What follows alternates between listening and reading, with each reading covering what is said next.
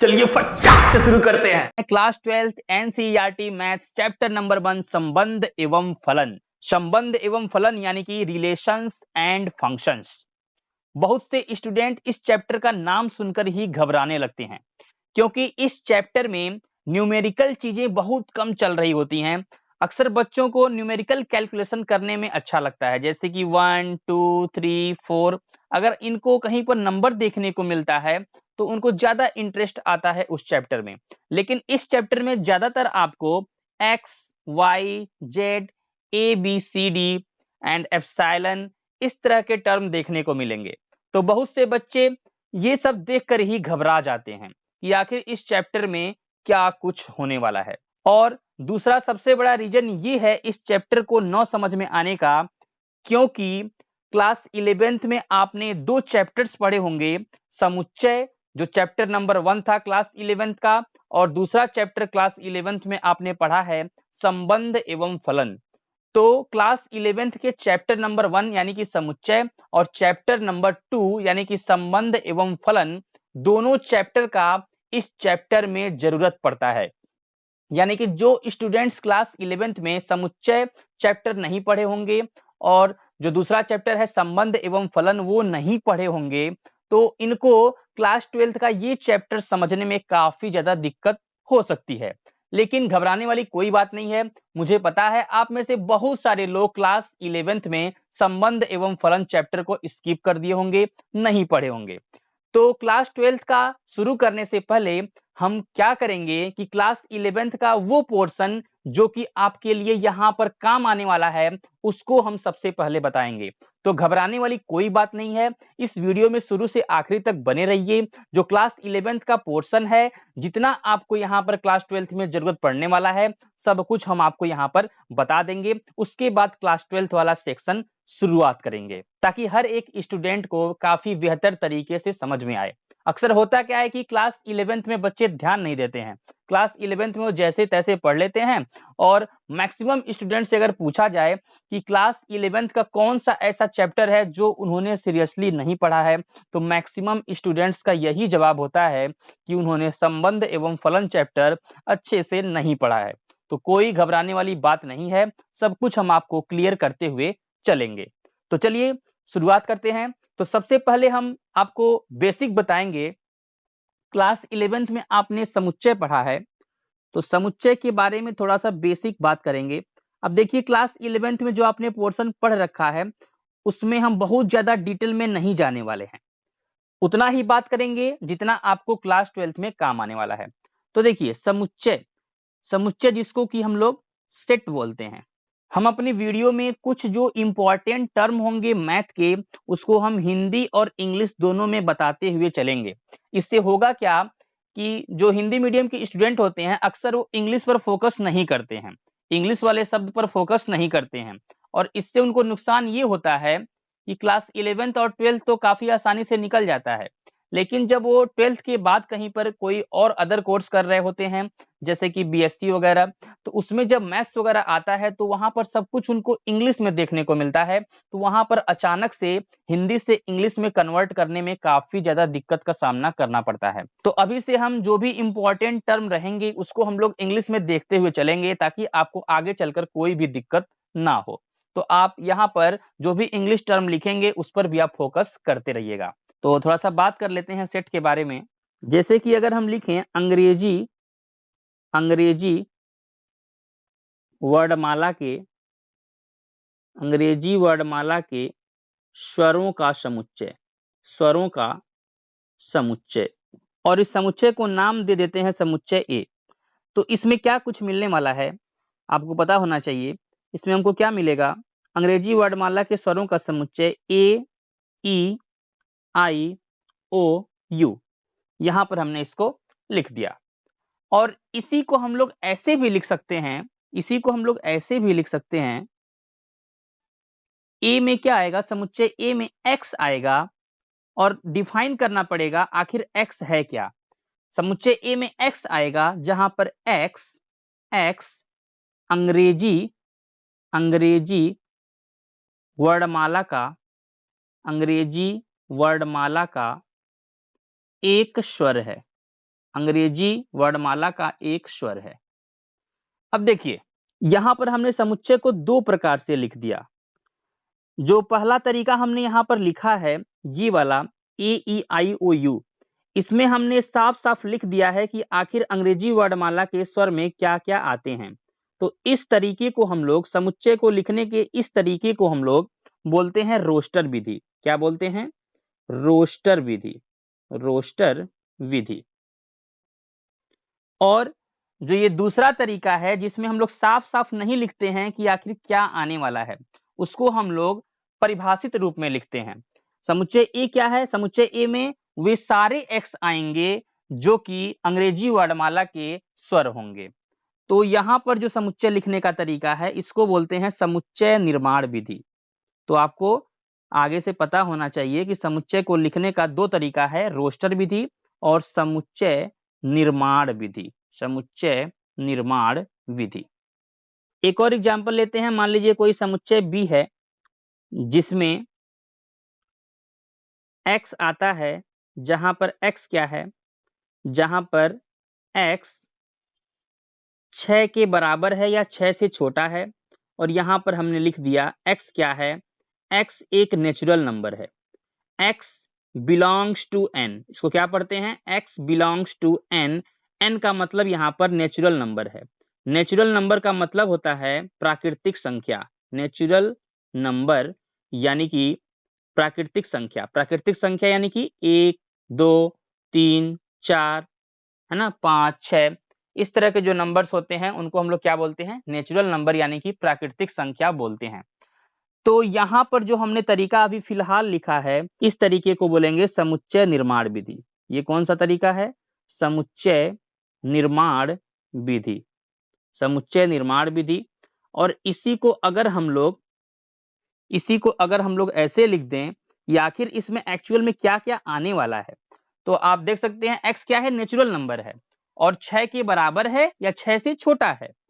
तो सबसे पहला नेचुरल नंबर 1 होगा। 1, 2, 3, 4, 5 एंड 6। देखिए यहाँ पर हमने सारे वो नेचुरल नंबर लिख दिए जो या तो 6 के बराबर है या 6 से छोटा है। तो ये जो तरीका है इसको बोलते हैं रोस्टर विधि। रोस्टर विधि। एक और समुच्चय लिखते हैं। एक ऐसा समुच्चय जिसमें x आता है और x 1 से छोटा है और x नेचुरल नंबर है। अब देखिए यहाँ पर x प्राकृतिक संख्या है और 1 से छोटा है। तो अगर आप ध्यान से देखेंगे तो पाएंगे 1 से छोटा कोई नेचुरल नंबर होता ही नहीं है। तो इसमें कुछ भी नहीं आने वाला है। तो अगर हम इसको रोस्टर विधि में लिखते हैं तो हमको केवल फाई लिखना पड़ेगा। फाई का मतलब होता है कुछ भी नहीं। कुछ भी नहीं यानी कि इसको हम लोग नाम दे सकते हैं रिक्त समुच्चय। ये कौन सा समुच्चय है? ये रिक्त समुच्चय है। रिक्त का मतलब होता है खाली, जिसमें कुछ भी नहीं है उसको रिक्त समुच्चय बोलते हैं। तो इसको हम लोग फाई से लिखते हैं या फिर एक और तरीका होता है, केवल ये करली ब्रैकेट बना के छोड़ देते हैं, मझला कोष्टक बना के छोड़ देते हैं। अब इसके बाद समझ लेते हैं उप समुच्चय क्या होता है। उप समुच्चय जिसको हम लोग इंग्लिश में बोलते हैं सबसेट। जैसे कि मान लीजिए एक समुच्चय हमने यहां पर लिख दिया जिसके अवयव हैं 1, 2, 3। 1, 2, 3 इस समुच्चय के अवयव हैं। तो यहां पर हम कुछ ऐसे समुच्चय लिख रहे हैं, कुछ ऐसे समुच्चय लिखेंगे जिसमें इसी में से अवयव आते रहेंगे। तो देखिए हम लोग कैसे लिख सकते हैं। जैसे कि हमने लिख दिया एक समुच्चय बन गया। केवल 2 लेके एक समुच्चय बना सकते हैं, केवल 3 लेके एक समुच्चय बना सकते हैं। फिर 2 को बारी बारी से एक साथ लेते हैं। 1, 2 को लेके समुच्चय बना सकते हैं। फिर 2, 3 को लेके समुच्चय बना सकते हैं। फिर 1, 3 को लेके समुच्चय बना सकते हैं। अब साथ में तीनों मिला के 1, 2, 3 लेके भी समुच्चय बना सकते हैं। और इसके साथ में अगर हम लोग फाई भी लिख दें, फाई, तो फाई को भी हम लोग लिख सकते हैं। फाई ऑलवेज प्रेजेंट होता है। फाई ऑलवेज प्रेजेंट होता है। तो यहां पर फिलहाल हमने जो कुछ भी यहां पर समुच्चय लिखा है उसमें आप देखेंगे तो जितने भी यहाँ पर समुच्चय बनाए गए हैं उनमें जो भी अवयव हैं वो इसी में से आ रहे हैं। तो हमने जितना भी पॉसिबल तरीका था सबको लिख लिया है, तो इसी को बोलते हैं हम लोग उपसमुच्चय। तो यहाँ पर जितने भी समुच्चय हमने लिख दिए हैं उसको हम लिख सकते हैं कि ये सब क्या हैं, समुच्चय ए के उपसमुच्चय हैं, समुच्चय ए के उपसमुच्चय हैं, उपसमुच्चय। यहाँ पर ध्यान देने वाली बात यह है कि जो फाई होता है वो हर एक समुच्चय का उपसमुच्चय होता है। तो यहाँ पर अगर हम लोग काउंट करें कि यहाँ पर हमने कितना उपसमुच्चय लिखा है, तो 1 2 3 4 5 6 7 एंड 8, यहाँ पर 8 उपसमुच्चय बने हुए हैं। तो यहाँ पर एक फार्मूला भी आपको याद रखना होता है कि किसी समुच्चय के कुल उपसमुच्चयों की संख्या कितनी हो सकती है। किसी समुच्चय के कुल उपसमुच्चयों की संख्या, उपसमुच्चयों की संख्या कितनी हो सकती है। तो इसका फार्मूला है 2 पावर n। और n क्या है, n होता है कि आखिर इस समुच्चय में कितने अवयव हैं। जैसे यहाँ पर इस एग्जाम्पल में देखेंगे तो इस एग्जाम्पल में आप देख सकते हैं कि 1 2 3 यहाँ पर 3 अवयव हैं। तो इस पर्टिकुलर जो समुच्चय का अगर देखा जाए तो इसके कितने उपसमुच्चय बनेंगे, 2 पावर 3 बनेंगे, 2 पावर 3, क्योंकि यहाँ पर जो n है वो 3 है, n है 3, तो यहाँ पर लिख सकते हैं 2 पावर 3 यानी कि 8, तो 8 उपसमुच्चय। तो फटाक से एक और एग्जाम्पल देख लेते हैं। एक मान लीजिए समुच्चय है B जिसमें A B 2 अवयव आते हैं। अगर पूछें इसके उपसमुच्चयों की संख्या कितनी होगी, उपसमुच्चयों की संख्या। तो सबसे पहले यहाँ पर देख लीजिए कितने अवयव हैं, इसमें 2 अवयव हैं A और B। तो उपसमुच्चयों की संख्या 2 पावर n होती है, 2 पावर n यानी कि 2 पावर 2 यानी कि 4 उपसमुच्चय होंगे। और कौन कौन से होंगे अगर लिखने के लिए बोला जाए तो पहला तो फाई ही होगा, और इसमें से फिर A निकाल कर बना सकते हैं, केवल A रहेगा तो एक उपसमुच्चय बनेगा, केवल B रहेगा तो दूसरा उपसमुच्चय बनेगा, और अगर दोनों मिला दिया जाए A B तो ये भी एक उपसमुच्चय तैयार हो जाएगा। तो इस तरह से हम लोग यहाँ पर 4 उपसमुच्चय लिख सकते हैं। और यहाँ पर आपको ये भी पता होना चाहिए कि समुच्चय के अंदर जो भी अवयव लिखे रहते हैं उनके क्रम का कोई महत्व नहीं होता है। यानी कि अगर कोई समुच्चय के अंदर A और B अवयव है तो इसी को हम लोग B कामा A भी लिख सकते हैं, B कामा A दोनों का मतलब सेम ही है। तो दोनों अलग अलग समुच्चय ना होके दोनों एक ही समुच्चय होते हैं। अब देखिए जैसे कि मान लीजिए समुच्चय A है 1 2 3 4, 1 2 3 4 समुच्चय A के अवयव हैं। तो हम लोग इसको ऐसे लिख सकते हैं, 1 समुच्चय A का अवयव है तो 1 एप्सिलॉन A, या इसको ऐसे पढ़ सकते हैं 1 बिलोंग्स टू A, यानी कि एक समुच्चय A का अवयव है। ऐसे ही 2 समुच्चय A का अवयव है, ऐसे ही 3 समुच्चय A का अवयव है, 4 epsilon A, 4 belongs to A यानी कि 4 A का अवयव है। लेकिन अगर पूछें क्या 5 A का अवयव है तो नहीं है, तो इसको हम लोग ऐसे काट देते हैं, 5 नॉट एप्सिलॉन A या 5 does not belong to A। ऐसे ही 6 इसमें नहीं है तो 6 नॉट एप्सिलॉन A। अब देखिए जैसे कि मान लीजिए एक समुच्चय है 1 2 3 4 जिसका अवयव है, और एक समुच्चय B है जिसका अवयव है 2 3 5 8। अब एक टर्म होता है समुच्चयों का सम्मिलन जिसको यूनियन भी पढ़ते हैं, यूनियन इंग्लिश में यूनियन बोलते हैं। तो A यूनियन B का मतलब क्या होता है, A यूनियन B का मतलब होता है कि A और B में जितने भी अवयव हैं सबको मिलाकर लिख दीजिए, लेकिन ध्यान रहे जो दोनों में आएगा उसको एक ही बार लिखना है, 2 बार नहीं लिखना है। तो सारे अवयव लिख लेते हैं, तो 1 है तो 1 को लिख लेते हैं 1, साथ में 2 3 दोनों में है तो एक ही बार ही लिखेंगे। उसके बाद 4 तो 4 लिख लेंगे, बाकी 5 और 8, 5 और 8, ये हो गया A यूनियन B। ऐसे ही होता है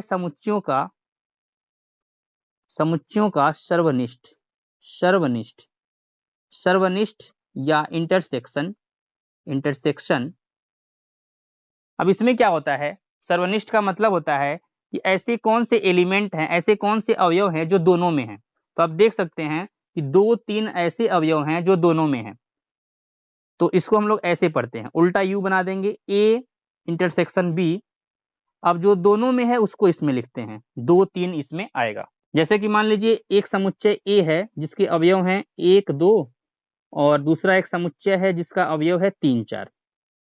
अब अगर ए यूनियन बी निकालना है तो क्या हो जाएगा, 1-2-3-4 आएगा। लेकिन ए और बी में ऐसा कुछ भी नहीं है जो दोनों में है, दोनों में कुछ भी कॉमन नहीं है। जब कुछ भी नहीं है तो उसको हम लोग फाई लिख देंगे, फाई, या हम लोग इसी को ऐसे भी लिखते हैं, केवल मझला कोष्टक बना के छोड़ देंगे। तो अभी तक हमने आपको जितना कुछ बताया है वो क्लास 11th के चैप्टर नंबर 1 समुच्चय से बताया है। तो समुच्चय का इतना ही बेसिक है जो आपको फिलहाल पता होना चाहिए, और अगर आगे इस चैप्टर में किसी भी समय पर हमको समुच्चय के बारे में थोड़ी और जानकारी देनी पड़ जाएगी तो हम आपको सवाल कराते समय ही वहां पर बता देंगे। और इसके अलावा अब चलते हैं क्लास 11th का जो चैप्टर नंबर 2 था, संबंध एवं फलन, उसमें से आपको क्या कुछ जानना है उसको फटाक से देख लेते हैं। तो इसमें सबसे पहले हमको देखना पड़ेगा कार्तीय गुणन क्या होता है। कार्तीय गुणन, इसको हम लोग इंग्लिश में बोलते हैं कार्टेशियन प्रोडक्ट, कार्टेशियन प्रोडक्ट।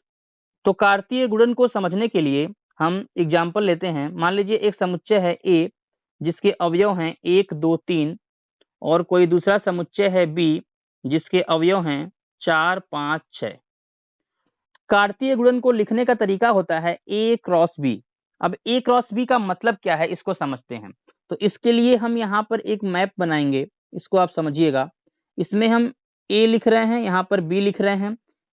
यहाँ पर ए के अवयव 1-2-3 और बी में बी के अवयव 4-5-6, 4-5-6। ए क्रॉस बी बेसिकली एक समुच्चय होता है, और इस समुच्चय में अवयव कैसे लिखे जाते हैं उसको हम लोग समझते हैं। तो अवयव लिखने के लिए यहाँ पर ये देखिए कि जो ए में अवयव 1 है वो किससे किससे जुड़ सकता है, तो 4, 5 और 6 से जुड़ सकता है। समुच्चय ए का जो अवयव 1 है समुच्चय बी के तीनों अवयव से जुड़ सकता है। तो इसको हम लोग ऐसे लिखेंगे 1, 4, एक ब्रैकेट में करके, ये अभी एक अवयव लिखा गया। और एक जुड़ा है 5 से भी, तो 1, 5, एक जुड़ा है 6 से भी, तो 1, 6। ओके, उम्मीद करते हैं आप समझ रहे होंगे। इसके साथ ही साथ अब देखिए जो इसमें 2 है, जो इसमें 2 है वो भी तीनों से जुड़ सकता है, 4 से, 5 से और 6 से। तो इसको भी लिखेंगे, 2 जुड़ सकता है 4 से, 2 जुड़ सकता है 5 से, 2 जुड़ सकता है 6 से। और ऐसे ही जो इसमें 3 वाला है, ऐसे ही जो इसमें 3 वाला है वो भी जुड़ सकता है। तो 3 को भी जोड़ लेते हैं, 3 4 से, 5 से और 6 से।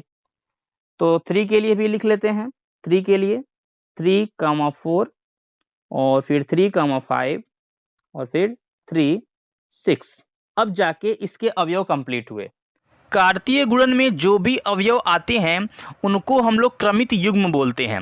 जैसे 1,4 यहाँ पर एक क्रमित युग्म है, और हर एक क्रमित युग्म में जो पहला अवयव होता है वो पहले वाले समुच्चय से और दूसरा अवयव दूसरे समुच्चय से आता है। इसी प्रकार से हम लोग B क्रॉस A भी लिख सकते हैं। तो B क्रॉस A कैसे लिखेंगे, B क्रॉस A लिखने के लिए तो B को पहले लिखेंगे, बी वाला पहले और ए वाला बाद में, बी वाला पहले ए वाला बाद में। तो बी में 4, 5, 6 और ए में 1, 2, 3। तो फिर से कैसे होगा, 4 जुड़ेगा 1 से, 2 से और 3 से। तो 4, 1, 4, 2, 4, 3। ओके, इसके साथ ही साथ अब देखिए जो 5 जुड़ेगा, 5 1 से, 5 2 से, 5 3 से। तो लिखेंगे इसमें 5 1, 5 2 और 5 3। ऐसे ही तीसरा वाला जो 6 है वो 1 से, 2 से और 3 से सबसे जुड़ेगा। तो यहाँ पर लिख सकते हैं 6 1 से, 6 2 से 6 3 से। तो इसमें ये सब अवयव आने वाले हैं। तो यहाँ पर ध्यान रखिएगा, A क्रॉस B और B क्रॉस A का मतलब अलग अलग होता है। अब यहाँ पर अगर बात करें कि A क्रॉस B में आखिर कितने अवयव हैं, तो आप यहाँ पर काउंट कर सकते हैं। 1 4 मिला के हम लोग एक अवयव काउंट करेंगे, 1 5 मिलाकर एक अवयव, 1 6 मिलाकर एक अवयव, तो 3 3 6 और 3 9। ऐसे ही B क्रॉस A में भी आप देख सकते हैं कि इसमें भी 9 अवयव है, यहाँ भी 9 और यहाँ भी 9। अब अगर डायरेक्ट हमको अवयवों की संख्या बतानी हो किसी भी समुच्चय में, तो ऐसे बता सकते हैं। जैसे यहाँ पर हमने एग्जाम्पल क्या लिया था, A में लिया था 1 2 3 और B में लिया था 4 5 6। तो यहाँ पर अगर देखा जाए A में अवयवों की संख्या कितनी थी, NA जिसको लिख रहे हैं, A में अवयवों की संख्या थी 3, 1 2 3 A में अवयवों की संख्या, और B में अवयवों की संख्या कितनी थी, NB। तो इसमें भी 1 2 और 3, तो NB हो गया 3। और अगर पूछें A क्रॉस B में कितने अवयव होंगे, A क्रॉस B में अवयवों की संख्या, तो इसका सीधा सीधा फार्मूला आप लगा सकते हैं NA क्रॉस NB, यानी कि A में जितना अवयव है और B में जितना अवयव है दोनों का मल्टीप्लाई कर दीजिए, 9 मिल गया। और यहाँ से आप वेरीफाई भी कर सकते हैं, यहाँ पर भी 9 ही हमको मिल रहा था। तो बेसिकली कार्तीय गुणन क्या होता है, A क्रॉस B, इसमें समुच्चय A के प्रत्येक अवयव का समुच्चय B से जितना भी पॉसिबल रिलेशन है वो सब देखा जाता है। और इसमें A, B टाइप के एलिमेंट आते हैं, जिसमें जो A वाला है वो समुच्चय A से आता है, A बिलोंग्स टू A, और जो दूसरा वाला B है वो दूसरे से आएगा, यानी कि B से, तो B एप्सिलॉन या बिलोंग्स टू B। ओके। और यहाँ पर ध्यान देने वाली बात ये भी है, जो समुच्चय A है और समुच्चय B है, दोनों में से कोई भी रिक्त समुच्चय नहीं हो सकता, हमने आपको रिक्त समुच्चय बताया था। रिक्त समुच्चय बोलते हैं फाई, यानी कि जिसके अंदर कुछ भी नहीं है। तो कार्तीय गुणन के डिफाइन होने के लिए जरूरी है कि वहां पर रिक्त समुच्चय ना हो, दोनों ही ऐसे समुच्चय होने चाहिए जिसमें कोई ना कोई एलिमेंट जरूर होने चाहिए। तो यहाँ पर A और B रिक्त समुच्चय नहीं हो सकता। अब हम बात करते हैं संबंध की, संबंध यानी कि रिलेशन की, रिलेशंस। सबसे पहले संबंध शब्द से क्या समझ में आता है, संबंध यानी कि रिलेशन, यानी कि अगर जनरल लाइफ में देखा जाए तो माँ का बेटे के साथ रिलेशन, बच्चों का माता पिता के साथ रिलेशन, स्टूडेंट का टीचर के साथ रिलेशन, इस तरह के संबंध हम लोग आम जिंदगी में देख सकते हैं। लेकिन यहाँ पर जो मैथ्स में हम लोग संबंध की बात करेंगे, इसमें हम लोग ऐसे संबंध की बात करेंगे, कोई दो समुच्चय रहेगा, एक समुच्चय A और दूसरा समुच्चय B। यहाँ पर हम लोग बात करेंगे समुच्चय A से समुच्चय B में संबंध, समुच्चय B में संबंध। जैसे कि मान लीजिए यहाँ पर हम एग्जाम्पल के लिए समुच्चय A को मान लेते हैं, समुच्चय A है 1 2 3 1 2 3 और समुच्चय B है 4 5 6। बेसिकली यहाँ पर समुच्चय A से समुच्चय B में जो संबंध होता है, इसमें जो भी एलिमेंट आएगा वो A क्रॉस B का उपसमुच्चय होगा। क्या होगा? A क्रॉस B का उपसमुच्चय होगा, A क्रॉस B का उपसमुच्चय होगा। ये आपको ध्यान में रखना है। अभी हमने A क्रॉस B लिखा भी था, A क्रॉस B में क्या क्या था, A क्रॉस B में देखिए 1 जुड़ेगा 4 से 5 से 6 से, तो इसमें क्या क्या आएगा 1 4 1 5 1 6। ऐसे ही 2 जुड़ेगा 4 से 5 से 6 से, तो 2 4 2 5 2 6। ऐसे ही 3 जुड़ेगा 4 से 5 से 6 से, तो 3 4 3 5 एंड 3 6। समुच्चय A से समुच्चय B में एक संबंध लिखेंगे, जिसको हम शॉर्ट में यहाँ पर ARB लिख रहे हैं। R का मतलब यहाँ पे रिलेशन से है। तो इस रिलेशन को हम ऐसे डिफाइन कर रहे हैं कि इसमें समथिंग XY आएगा और XY एक दूसरे से इस प्रकार से जुड़ा होगा कि y बराबर x प्लस 3 होगा, और यहाँ पर जो x है वो a से आएगा और जो y है वो b से आएगा। अब देखते हैं इसमें क्या कुछ आने वाला है। तो यहाँ पर आप फोकस करिए, y बराबर x प्लस 3 है, यानी कि इसमें वही x कामा y आएंगे जिसमें ये रिलेशन सेटिस्फाई करेगा, यानी कि y बराबर x प्लस 3 होगा। x में 3 जोड़ने से y मिलना चाहिए।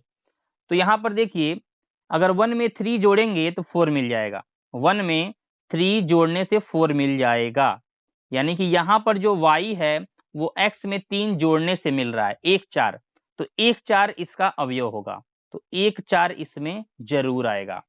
ऐसे ही अगर 1 5 को चेक करेंगे, 1 5, तो 1 5 1 में 4 जोड़ने से 5 आता है, तो ये नहीं आएगा।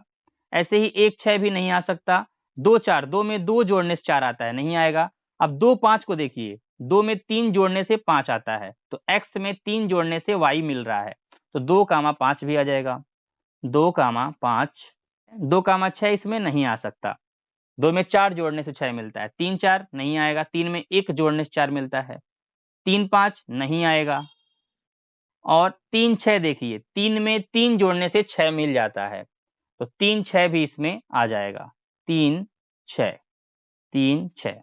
तो देखिए यहाँ पर हमने एक ऐसा रिलेशन लिख दिया, एक ऐसा रिलेशन लिख दिया जिसमें y x में 3 जोड़ने से आता है, 1 4 2 5 3 6, इसमें आप तीनों में मैच करा सकते हैं। इसमें जो भी अवयव है वो y बराबर x प्लस 3 को सेटिस्फाई कर रहा है। तो यहाँ पर हमने एक संबंध लिख दिया। यहाँ पर गौर करने वाली बात यह है कि जो भी आप रिलेशन लिखेंगे, जो भी संबंध लिखेंगे, उसमें जो भी अवयव आएंगे वो उन दोनों समुच्चयों के कार्तीय गुणन में से ही आएंगे। तो यहाँ पर हमने पहला रिलेशन लिख दिया है R1। अब यहाँ पर हम लोग A से B में एक दूसरा रिलेशन लिखेंगे R2। अब हम R2 एक ऐसा रिलेशन लिख रहे हैं जिसमें x कामा y आएगा, और x और y आपस में इस प्रकार से जुड़े होंगे कि y बराबर 2x होगा, यानी कि y x का दोगुना होगा। x आता है a से और y आता है b से। अब देखिए कैसे लिखेंगे।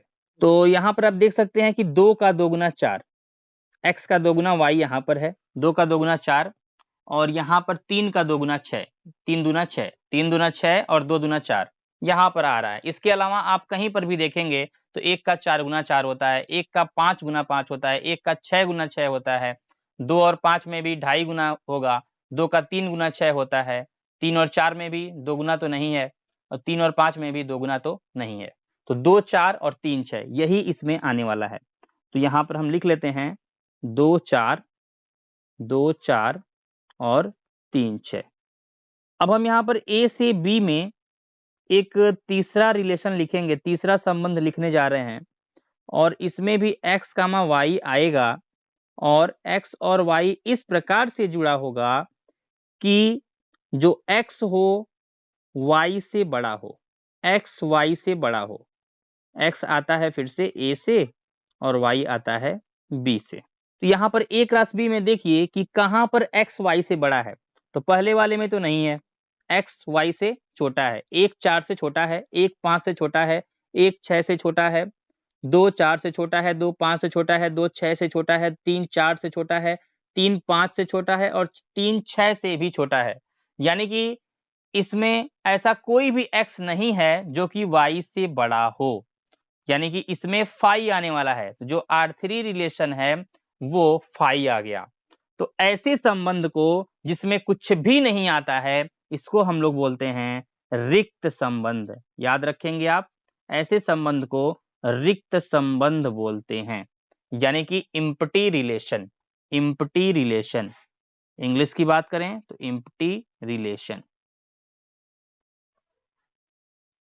अब फिर से हम A से B में एक चौथा रिलेशन लिखने जा रहे हैं, चौथा रिलेशन जिसमें x कामा y आएगा, और इस प्रकार से आएगा कि x y से छोटा हो। x अगेन आता है a से और y आता है b से। तो देखिए अब इसमें क्या क्या आ सकता है, R4 में क्या क्या मिल सकता है। एक्स वाई से छोटा चाहिए। ए क्रॉस बी में देखिए, 1 4 से छोटा है, सही है। 1 5 से छोटा है, 1 6 से छोटा है, 2 4 से छोटा है, 2 5 से छोटा है, 2 6 से छोटा है, 3 4 से छोटा है, 3 5 से छोटा है, 3 6 से छोटा है। यानी कि इसमें सारा का सारा आ गया, इसमें पूरा ए क्रॉस बी शामिल हो गया। तो जो भी ए क्रॉस बी में है सब आएगा। यानी कि अगर एक बार फिर से लिख दें तो 1 4 1 5 1 6 2 4 2 5 2 6 3 4 3 5 3 6 सब कुछ इसमें आ गया, पूरा का पूरा ए क्रॉस बी ही आ गया। तो यहाँ पर जो R4 रिलेशन है उसमें पूरा का पूरा ए क्रॉस बी ही आ गया। जब पूरा का पूरा ए क्रॉस बी आ जाता है तो ऐसे संबंध को सार्वत्रिक संबंध बोलते हैं। सार्वत्रिक संबंध, सार्वत्रिक संबंध, इसको इंग्लिश में बोलेंगे universal, universal relation, universal relation. आपको पता होना चाहिए। यूनिवर्स का मतलब क्या होता है? यूनिवर्स का मतलब होता है ब्रह्मांड, पूरा ब्रह्मांड, यानी कि एक राशि पूरा का पूरा इसमें आ गया। तो हमने यहाँ पर आपको बताया रिक्त संबंध के बारे में, रिक्त संबंध के बारे में, और सार्वत्रिक, सार्वत्रिक संबंध के बारे में। तो इन दोनों संबंधों को हम लोग कई बार तुच्छ संबंध भी बोल देते हैं, तुच्छ, तुच्छ संबंध। ये बहुत इंपॉर्टेंट नहीं है, लेकिन बस ये एक टर्म है जो एनसीईआरटी में इस्तेमाल किया गया है।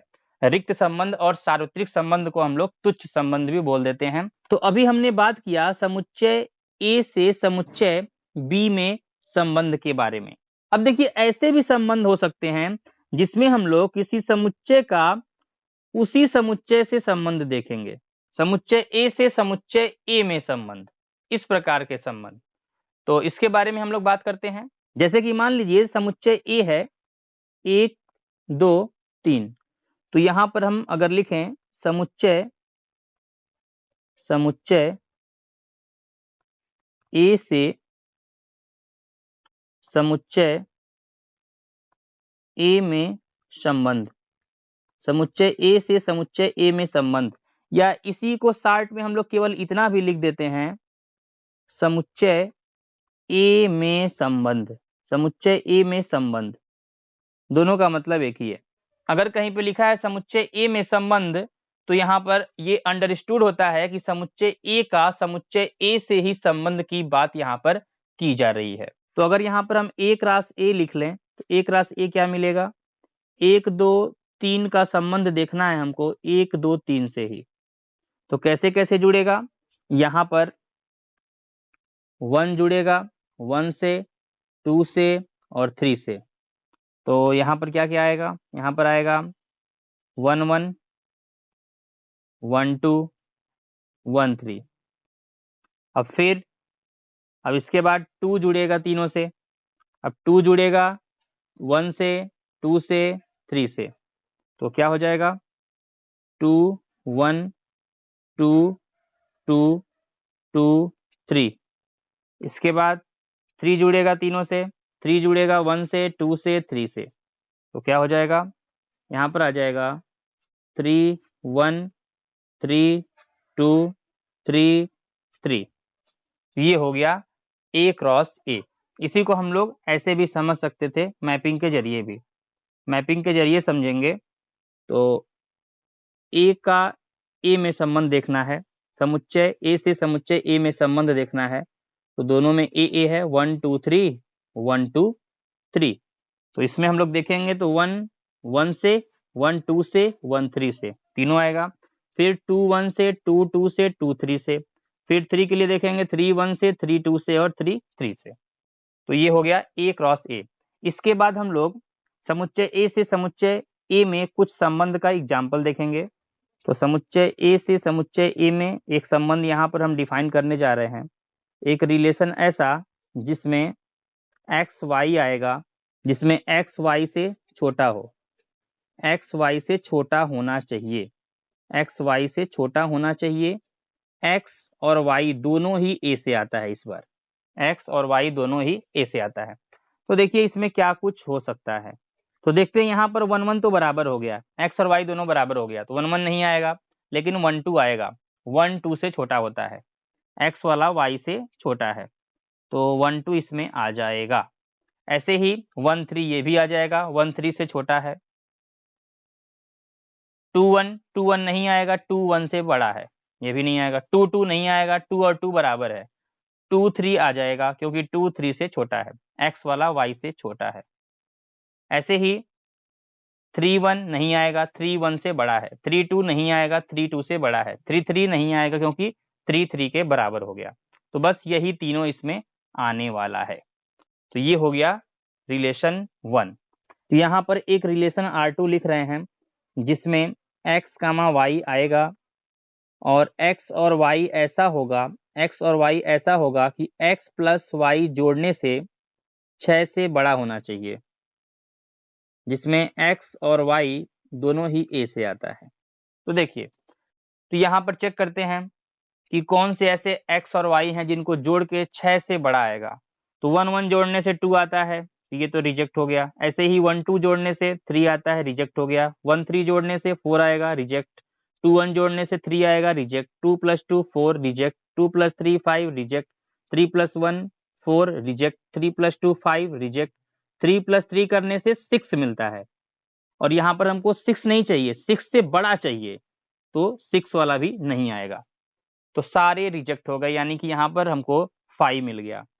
तो यहाँ पर हमको एक रिक्त संबंध मिल गया। ये क्या है? रिक्त संबंध है, रिक्त संबंध।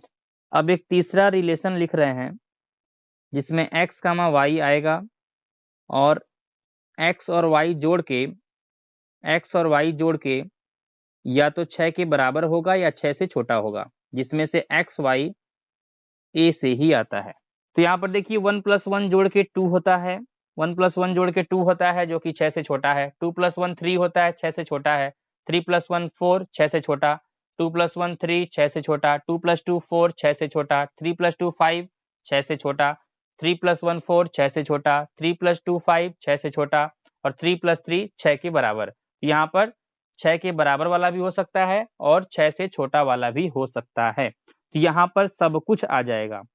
तो यहाँ पर हम अगर डिटेल में लिखना चाहें, तो पूरा का पूरा A क्रॉस A में जो कुछ भी है, सब कुछ यहाँ पर हम लोग वापस से लिख सकते हैं। और अगर हम लोग शार्ट में लिखें, तो शार्ट में यहाँ पर हम इतना केवल लिख दे रहे हैं कि इसमें पूरा A क्रॉस A शामिल हो गया। तो हमने आपको बताया था कि अगर पूरा का पूरा कार्तीय गुणन ही शामिल हो जाता है संबंध में, तो हम लोग उसको सार्वत्रिक संबंध बोलते हैं। ये सार्वत्रिक संबंध है, सार्वत्रिक संबंध। ऐसे ही हम लोग A से B में बहुत सारे संबंध लिख सकते हैं। जैसे कि एक संबंध ऐसे भी लिख सकते हैं, केवल जिसमें 1, 1 आता है, बस कंपलसरी है इसी में से आना चाहिए, या तो 5 भी हो सकता है। तो 1, 1 अगर हम कोई एक दूसरा रिलेशन लिख दें, 5वां रिलेशन, तो ऐसे भी बोल सकते हैं, जिसमें 1 2 भी आ रहा है, 1 3 भी आ रहा है, ये भी एक रिलेशन बन गया। तो यानी कि जो भी संबंध होते हैं वो इसके उपसमुच्चय ही होते हैं। तो यहाँ से हम लोग एक बात सीख सकते हैं कि जैसे कि मान लीजिए समुच्चय A में 3 अवयव है, 1 2 3, और समुच्चय B में 3 अवयव है, मान लीजिए 4 5 6। और अगर हम आपसे पूछें कि समुच्चय A से समुच्चय B में आप कितने संबंध लिख सकते हैं, कुल संबंधों की संख्या कितनी होगी, तो इसके लिए हम आपसे बस ये क्वेश्चन करेंगे कि ये बताइए A क्रॉस B में कितने अवयव होंगे, A क्रॉस B में कितने अवयव होंगे। तो हमने आपको बताया था कि A क्रॉस B में अवयवों की संख्या कैसे निकालते हैं। तो A क्रॉस B में अवयवों की संख्या निकलती है Na क्रॉस Nb से, Na क्रॉस Nb से। तो यहाँ पर Na 3 है और Nb भी 3 है, तो यहाँ पर 3 × 3 यानी कि 9 हो जाएगा। अब हमारा अल्टीमेट क्वेश्चन ये है कि A से B में कुल संबंधों की संख्या कितनी हो सकती है, कुल संबंधों की संख्या कितनी हो सकती है, कुल संबंधों की संख्या। जैसे कि यहाँ पर देखें, R1 एक संबंध था, R2 एक संबंध था, R3 एक नया संबंध बन गया, R4 एक नया संबंध बन गया, R5 एक नया संबंध बन गया। ऐसे ही कितने संबंध हम लोग लिख सकते हैं। तो A से B में कुल संबंधों की संख्या किसके बराबर होगी, ये बराबर होगी A क्रॉस B के कुल उपसमुच्चयों की संख्या, उपसमुच्चयों की संख्या, क्योंकि हमने आपको बता रखा है कि ए क्रॉस बी के जितने उपसमुच्चय होते हैं उतने ही ए से बी में हम लोग संबंध लिख सकते हैं। तो जनरल फॉर्म में देखें तो ए क्रॉस बी में Na क्रॉस Nb अवयव होते हैं और किसी समुच्चय के उपसमुच्चयों की संख्या का फार्मूला हमने आपको बताया था 2 पावर n। तो ए क्रॉस बी के कुल उपसमुच्चयों की संख्या क्या हो जाएगी? ये हो जाएगी 2 पावर ए क्रॉस बी में अवयवों की संख्या। तो ए क्रॉस बी में कितने अवयव? Na क्रॉस Nb अवयव। तो ये हो जाएगा फार्मूला ए से बी में कुल संबंधों की संख्या का। ए से बी में कुल संबंधों की संख्या का फार्मूला हो गया 2 पावर Na क्रॉस Nb। यानी कि अगर यहाँ के हिसाब से हम लोग जैसे निकाल रहे थे वैसे निकालें, ये हो जाएगा 2 पावर n। अब 2 पावर n आप निकाल सकते हैं, 2 पावर n जितना होगा उतने ही इसके संबंधों की संख्या पॉसिबल है। अब यहाँ पर उदाहरण नंबर 1 में दिया हुआ है, मान लीजिए कि ए किसी बालकों के स्कूल के सभी विद्यार्थियों का समुच्चय है। ए क्या है? ए बालकों के स्कूल के सभी विद्यार्थियों का समुच्चय। बालकों के स्कूल के सभी विद्यार्थियों का समुच्चय। इसके बाद देखिए, कह रहा है दर्शाइए कि R बराबर ए बी की बहन है। एक रिलेशन दिया है जिसमें A कामा B आता है, जिसमें कह रहा है कि A B की बहन है, यानी कि पहला वाला दूसरे वाले की बहन है, A B की बहन है। तो कह रहा है द्वारा प्रदत्त संबंध एक रिक्त संबंध है। हमको ये बताना है कि जो ये रिलेशन दिया गया है वो एक रिक्त संबंध है। तो सिंपल सी बात है, यहाँ पर कह रहा है ए बी की बहन है, ए बी की बहन है। तो ये बताइए कि जो यहाँ पर समुच्चय है वो समुच्चय क्या कह रहा है? वो कह रहा है बालकों के स्कूल के सभी विद्यार्थियों का समुच्चय। यहाँ पर बालकों का स्कूल दिया हुआ है, यानी कि जो बालकों का स्कूल होगा, यानी कि लड़कों का जो स्कूल होगा उसमें सभी विद्यार्थी लड़के ही होंगे। और यहाँ पर एक संबंध दिया है जिसमें कह रहा है ए बी की बहन है। अब भैया जब कॉलेज में या स्कूल में सभी विद्यार्थी जब लड़के हैं तो ए बी की बहन कैसे हो जाएगी? ए बी की बहन नहीं हो सकती। तो यहाँ पर हम लोग लिख देंगे, यहाँ पर ऐसे लिख देंगे, चूंकि स्कूल में सभी विद्यार्थी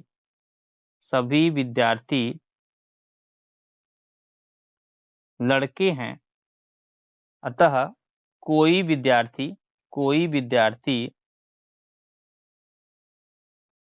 किसी अन्य विद्यार्थी की बहन नहीं हो सकती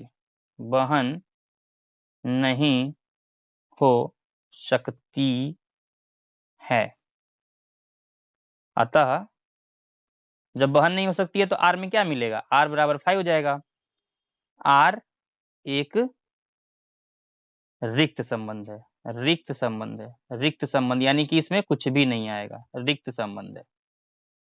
अब इसी में देखिए एक सेकेंड पार्ट है, कह रहा है R डैश बराबर ए बी, जिसमें कह रहा है ए तथा बी की ऊंचाइयों का अंतर 3 मीटर से कम है, द्वारा प्रदत्त संबंध एक सार्वत्रिक संबंध है। तो सेकेंड पार्ट वाला जो रिलेशन है इसमें ये दिया है कि इसमें ए कामा बी आएगा और कह रहा है कि इसमें ए तथा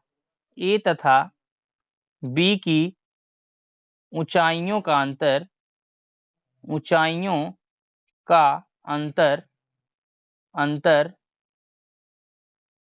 3 मीटर से कम है, 3 मीटर से कम है।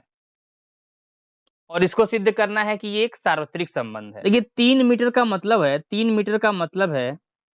300 सेंटीमीटर।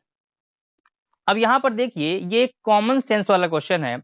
हम लोग की जो नॉर्मल हाइट होती है वो किसी की 160 सेंटीमीटर, किसी का 170 सेंटीमीटर, किसी का 180 सेंटीमीटर, और जो दुनिया का सबसे लंबा व्यक्ति है वो भी 250 सेंटीमीटर के आसपास ही है, 250 सेंटीमीटर के आसपास। 250 सेंटीमीटर अगर आप लगाएंगे फीट में तो लगभग ये 8 फीट 2 इंच के आसपास हो जाता है। तो यहाँ पर कॉमन सेंस वाली बात ये है कि अगर दुनिया का सबसे लंबा आदमी 250 सेंटीमीटर के आसपास है, 250 सेंटीमीटर, तो ये बताइए अगर कोई मिनिमम 1 सेंटीमीटर का भी व्यक्ति मिल जाए, जो कि पॉसिबल नहीं है, अगर कोई व्यक्ति 1 सेंटीमीटर का भी मिल जाए तो अभी भी इसमें जो डिफरेंस है वो कितने का है, वो है 249 सेंटीमीटर। 249 सेंटीमीटर और 249 सेंटीमीटर 300 सेंटीमीटर से कम ही होता है, 300 सेंटीमीटर से कम ही होता है।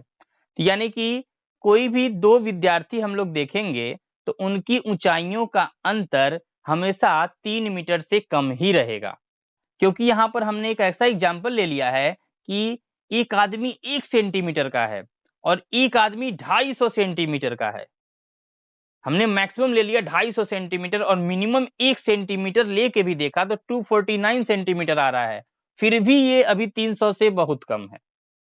यानी कि अगर हम लोग नॉर्मल लाइफ में आम जिंदगी में देखें तो किन्हीं भी दो व्यक्तियों की हाइट का अंतर हमेशा 3 मीटर से कम ही रहेगा, 300 सेंटीमीटर से कम ही रहेगा। यानी कि इसमें सभी विद्यार्थी शामिल हो जाएंगे। यहाँ पर जो संबंध लिखा हुआ है इसमें सभी विद्यार्थी आ सकते हैं। अब चाहे आप स्कूल के कोई भी दो विद्यार्थियों को पकड़ लीजिए, उनके हाइट का अंतर हमेशा ही क्या होगा, 300 सेंटीमीटर यानी कि 3 मीटर से कम ही रहेगा। तो इसमें सब आएंगे मतलब सार्वत्रिक संबंध, सब आएंगे मतलब सार्वत्रिक संबंध, और इसको हमको सार्वत्रिक संबंध ही सिद्ध करना था। तो यहाँ पर हम लोग ऐसे ही रीजन लिख सकते हैं, स्कूल के किन्हीं भी दो विद्यार्थियों के ऊंचाइयों का अंतर सदैव यानी कि हमेशा सदैव 3 मीटर से कम ही होगा। अतः अब आर डैश में सब आ जाएंगे, कोई भी दो विद्यार्थी रखेंगे इसमें आ सकते हैं। अतः आर डैश एक सार्वत्रिक संबंध है, सार्वत्रिक संबंध है। तो उम्मीद करते हैं कि आज की इस वीडियो से आपको काफी कुछ सीखने को मिला होगा। तो नेक्स्ट वीडियो में हम लोग इसके आगे बात करेंगे। और इस वीडियो से आपको कुछ भी सीखने को मिला हो तो वीडियो को लाइक करिए और अपने दोस्तों के साथ भी वीडियो को शेयर करिए। जितना आप वीडियो को शेयर करेंगे, जितने ज्यादा लोगों तक वीडियो पहुंचेगा, उतने जल्दी हम आपके लिए नए वीडियोज लेकर आते रहेंगे। उससे हमको मोटिवेशन मिलेगा आपके लिए और भी वीडियोज लाने के लिए। तो ज्यादा से ज्यादा वीडियो को शेयर करते रहिए और सीखते रहिए। तो चलिए आज का वीडियो यहीं पर समाप्त करते हैं।